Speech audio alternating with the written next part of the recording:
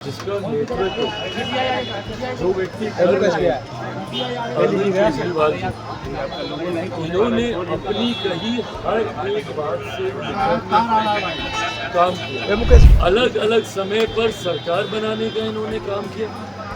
जो कहते थे कि हम बंगला नहीं लेंगे, गाड़ी नहीं लेंगे, सिक्योरिटी नहीं लेंगे, वो तमाम कार्य इन्होंने करने का काम किया। नोरमा ग्रुप, जो सोचता है वो करता है, आपके अपने सपनों का आशियाना।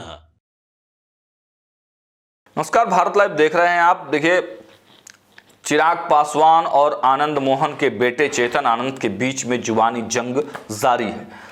तमाम पॉलिटिकल महकमे से जो बयान निकलकर सामने आ रहे हैं और जिस प्रकार चिराग पासवान ने अपनी ताकत दिखाई थी, स्थापना दिवस के दिन हम लोग भारत लाइव की टीम वहां मौजूद थी और हमने खुद महसूस किया कि चिराग पासवान के पास एनडीए के तमाम वो बड़े दिग्गज पहुंचे और अंतिम में मुख्यमंत्री नीतीश कुमार भी पहुंचकर ये स्पष्ट साफ संकेत दे देते हैं कि चिराग पासवान एनडीए के अभिन्न अंग है, वो एनडीए खाते से मंत्री भी हैं। लेकिन अब चेतन आनंद को कौन समझाए ये बात? चेतन आनंद और आनंद मोहन लगातार उन पर टिप्पणी कर रहे हैं। हालांकि जिसके लिए कर रहे हैं, जीतन राम मांझी, उनके बेटे खुद आकर चिराग पासवान से गले मिल चुके हैं। अब बड़ी सवाल यह है कि आज चिराग पासवान फिर से पटना आए हैं। उन्होंने एक बड़ा बयान दिया है, नीतीश कुमार के बारे में भी कहा है, महागठबंधन के बारे में भी कहा है, अरविंद केजरीवाल के भी बारे में कहा है और आनंद मोहन और चेतन आनंद पर भी उन्होंने सवाल उठाए हैं। पहले उनके बयान को सुन लीजिए।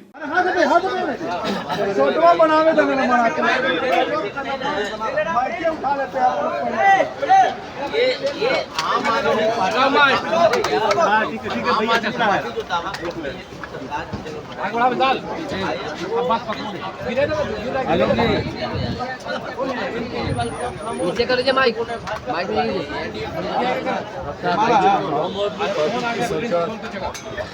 जिसका नेतृत्व जो व्यक्ति कर रहे हैं अरविंद केजरीवाल जी, इन्होंने अपनी कही हर एक बात से काम किया। ये वही आदमी है जो दिल्ली के रामलीला मैदान में एक पर्ची लेके घूमते थे भ्रष्ट नेताओं, और उन तमाम भ्रष्ट नेताओं से समझौता कर अलग अलग समय पर सरकार बनाने का इन्होंने काम किया।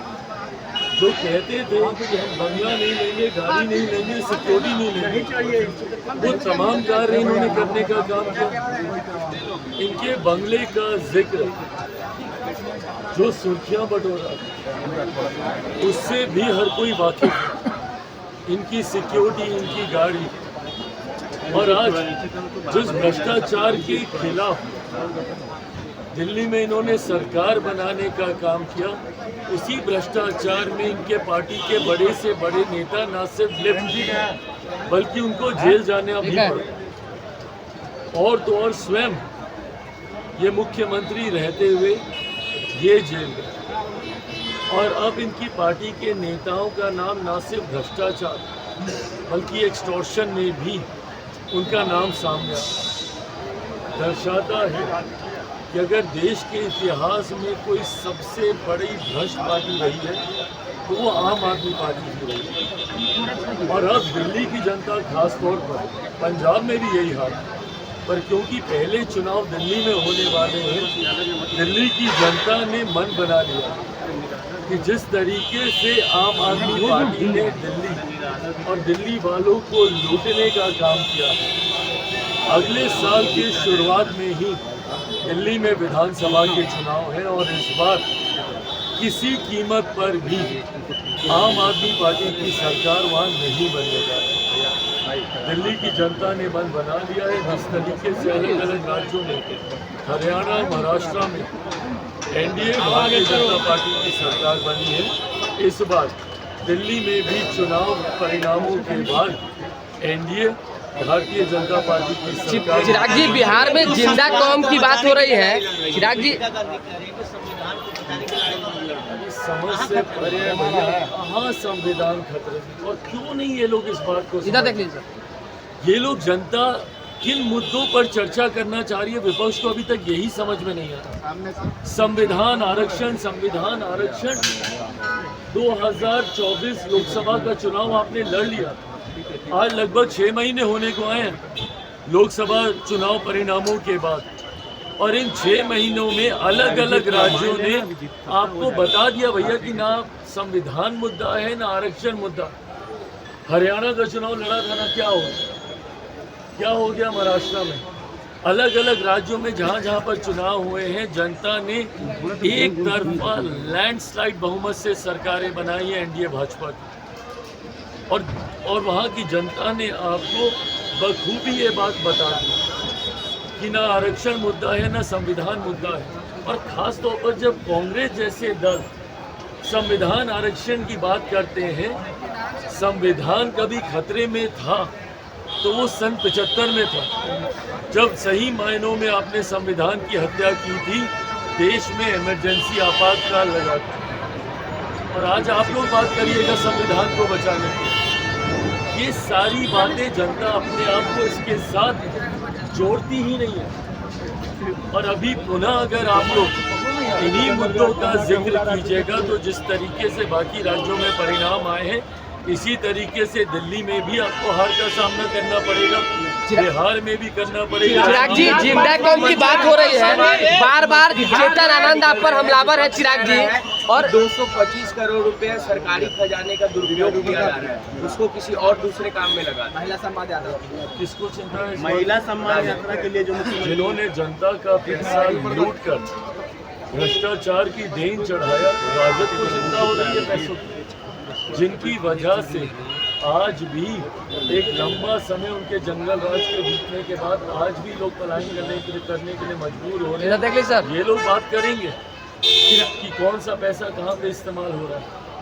हकीकत है कि कम से कम राजद को तो भ्रष्टाचार, पैसे के दुरुपयोग पे कम से कम नहीं बोलना चाहिए। जिंदा कौम की जो बात हो रही है चिराग जी, भ्रष्टाचार की देन, चारा घोटाला किसके समय में हुआ, ये लोग बात करेंगे। आज भ्रष्टाचार की जिंदा कौम की बात हो रही है। चेतन आनंद आप पर लगातार हमलावर है, कह रहे हैं हम लोग जिंदा कौम के नेता हैं और बदला लेंगे। गठबंधन में रहकर वो लोग गठबंधन धर्म का पालन नहीं करते हैं। चिराग जी,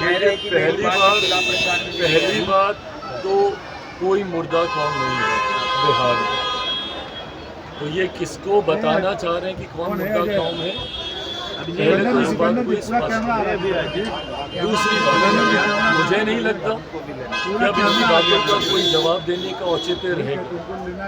जब मांझी जी से लेकर मुख्यमंत्री जी से लेकर जनता दल यूनाइटेड, भारतीय जनता पार्टी, हिंदुस्तानी अवाम मोर्चा, सब लोगों ने उस दिन पार्टी के स्थापना दिवस पर आकर बता दिया कि कौन सही कौन गलत, एनडीए में कौन है नहीं है।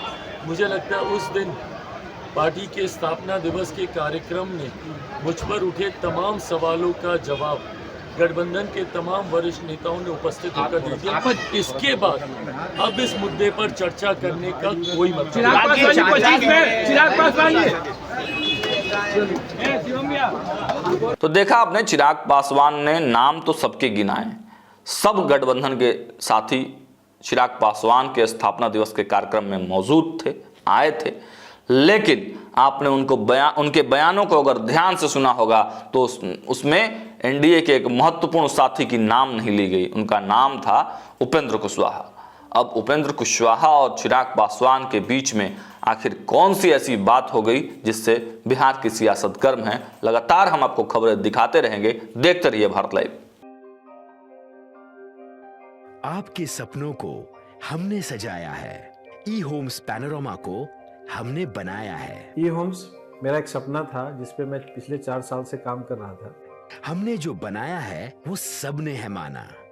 ई होम्स पैनोरमा में हो आपका भी आशियाना।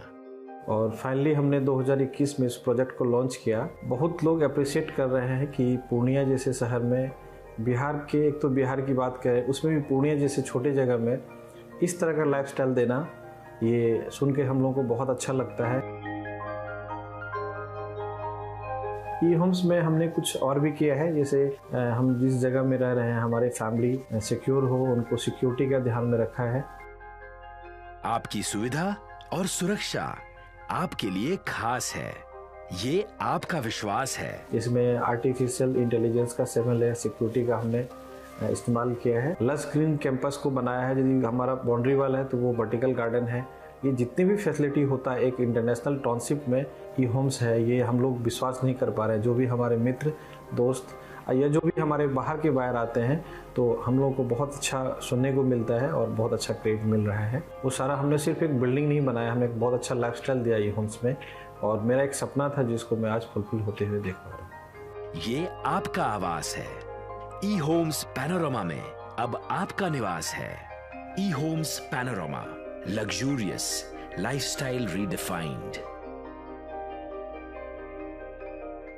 पनोरमा ग्रुप, जो सोचता है वो करता है। अगर ये वीडियो पसंद आई और वह बिहार के राजनीति और बिहारियत से सरोकार रखेनी तो सब्सक्राइब बटन दबा के चैनल के सब्सक्राइब कर ली। ओजे एगो घंटी बा, ओकरा बटन दबा देला से कुल सटीक और मारक खबर रुआ मुफ्त में मिल जाई। अगर रुआ पत्रकारिता के हमनी के नया प्रयोग में सहयोग कर चाहतानी तो ज्वाइन बटन दबा दी। पेटीएम नंबर नोट कर ली 9386 816 700।